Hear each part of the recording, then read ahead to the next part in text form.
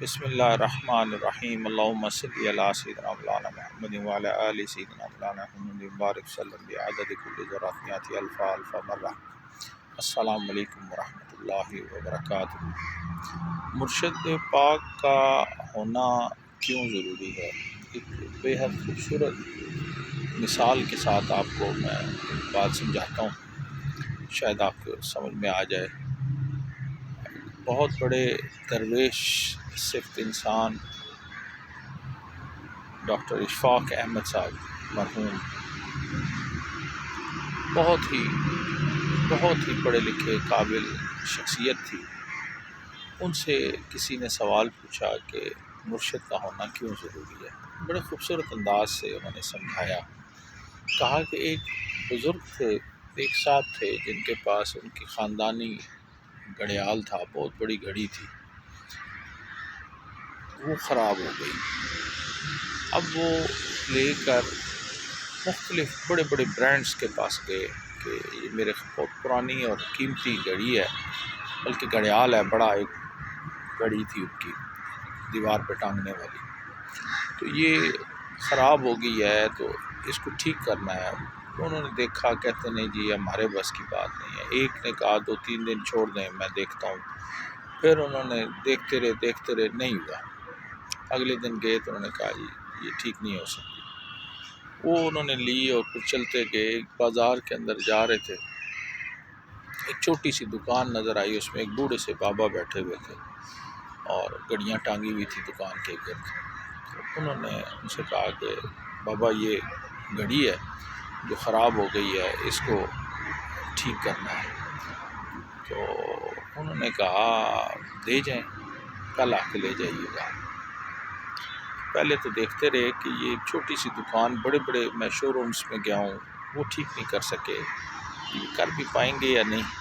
لیکن بہرحال اس نے کہا کہ ویسے تو ہر ایک نے منع کر دیا، اب ان کو ہی دے دیتا ہوں، دیکھو کیا ہوتا ہے۔ انہوں نے گھڑی وہاں چھوڑ دی۔ اگلے دن آئے تو ان کی گھڑی ٹنگی ہوئی ہے دیوار کے ساتھ اور چل رہی ہے، بڑی خوبصورت انداز سے، صاف ستھری ہوئی چل رہی ہے۔ انہوں نے پوچھا کہ بزرگوں یہ گھڑی جو ہے میں نے بڑے بڑے شو رومز میں دی، انہوں نے ہاتھ اٹھا دیے کہ نہیں یہ نہیں ٹھیک ہو سکتی، تو ایسا کیا اس میں کام تھا کہ یہ آج صاف ستھری اور آپ نے کی ہوئی اور چل بھی رہی ہے، یہ کیا ماجرا ہے، کیا اس میں خرابی تھی؟ انہوں نے کہا کہ کوئی اس میں خرابی نہیں تھی، بس تھوڑا سا کچھ جگہوں پہ کچرا آ گیا تھا، میں نے اس کو صاف کر دیا، وہ چل پڑی۔ اصل بنیادی بات، انسان کا دل، اللہ تعالیٰ نے مومن کا دل پاک رکھا ہے، اس میں جب گناہوں کا اور مصائب کا اور مختلف وسوسوں کی وجہ سے اور برائیوں کی وجہ سے انسان کا دل گندا ہو جاتا ہے، تو اللہ کے جو ولی ہیں اس کو پیوریفائی کرنے کا کام کرتے ہیں۔ اللہ کے ولی جو ہے اس کو صاف اور پاک کرنے کا کام کرتے ہیں۔ اس لیے مرشد کا ہونا ضروری ہے، کیونکہ مرشد کبھی بھی اپنے مرید کا دامن نہیں چھوڑتا، اس کے دل کو پاک کرنے کی کوشش کرتا ہے۔ تو کامل اللہ کے ولیوں کی صحبت اختیار کریں، کوشش کریں کہ ایسے اللہ کے ولیوں کی صحبت میں بیٹھیں جو سادات میں سے ہوں، آقا کی آل میں سے ہوں۔ وہ بہت قیمتی تعلق ہے، ایسی نسبت ہے جو کبھی بھی آپ کو اکیلا نہیں چھوڑے گی، روز قیامت بھی آپ کو اپنے ساتھ رکھے گی۔